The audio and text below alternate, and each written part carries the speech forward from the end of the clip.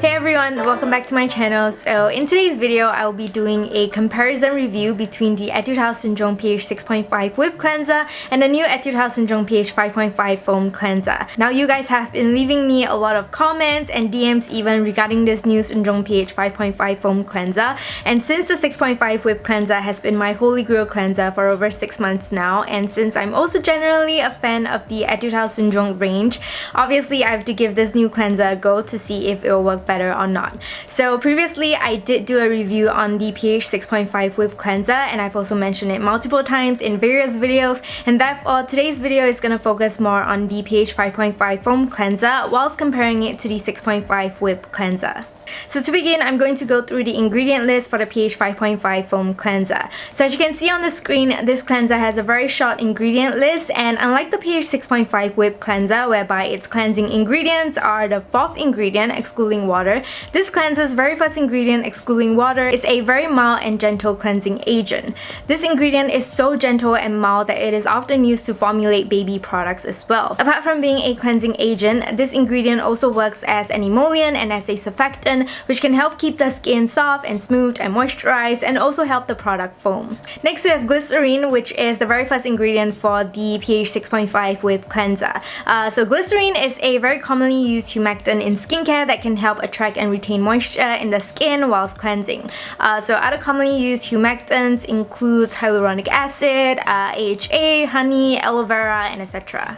Next we've got another cleansing agent and surfactant. This ingredient is also really mild and gentle, which can help boost the cleansing and foaming properties of this cleanser. Moving along, we've got a handful of ingredients which main purposes are to either adjust the pH level or preserve the ingredients or to help with the consistency of this cleanser. All these ingredients are commonly used ingredients for these functions, and they are not known to be sensitizing or drying to the skin. Next we have panthenol, which is more commonly known as vitamin B5, and it has anti-inflammatory and hydrating properties. Penicillin glycol is a fatty alcohol, and since it is also a humectant, it can also help retain and attract moisture in the skin.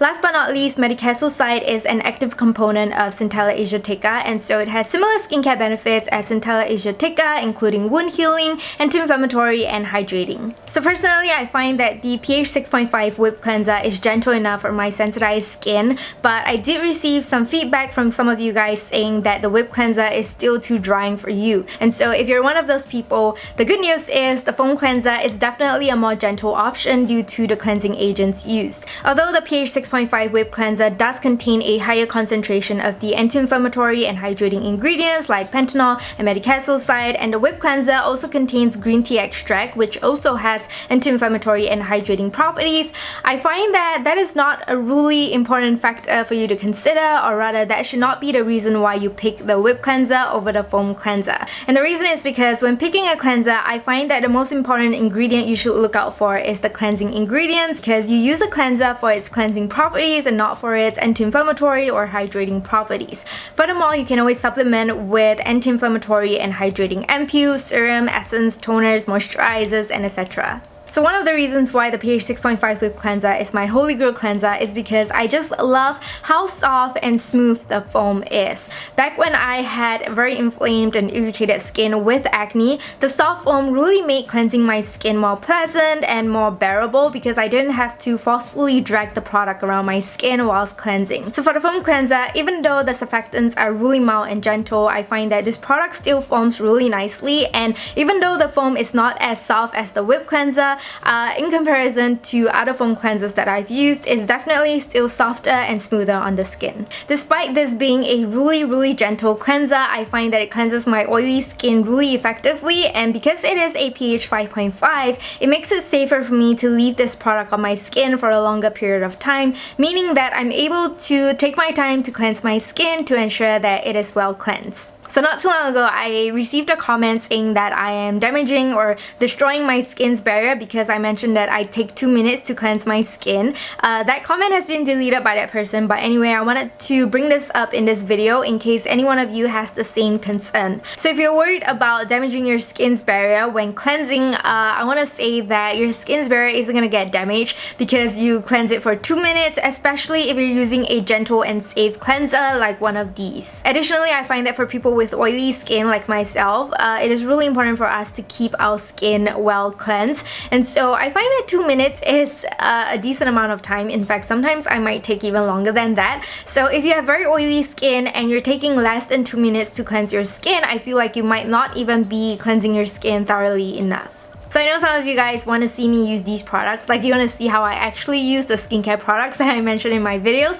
So I'm just gonna put some footage of myself cleansing my skin with these two products, and at the same time show you guys the consistency of the cleansers. So the one thing that I tend to keep in mind whenever I'm cleansing my skin is to remind myself to be gentle, because I find that whenever I'm not in the present moment, like when I'm thinking of something else while cleansing, I tend to add a lot of unnecessary pressure onto my skin. So I will try my best to keep a light hand, and I will mainly use my fingers to go around in small circular motions a couple of times in each area just to ensure that they are well cleansed. So overall, I feel like both cleansers are really great options for people with sensitive or sensitized skin.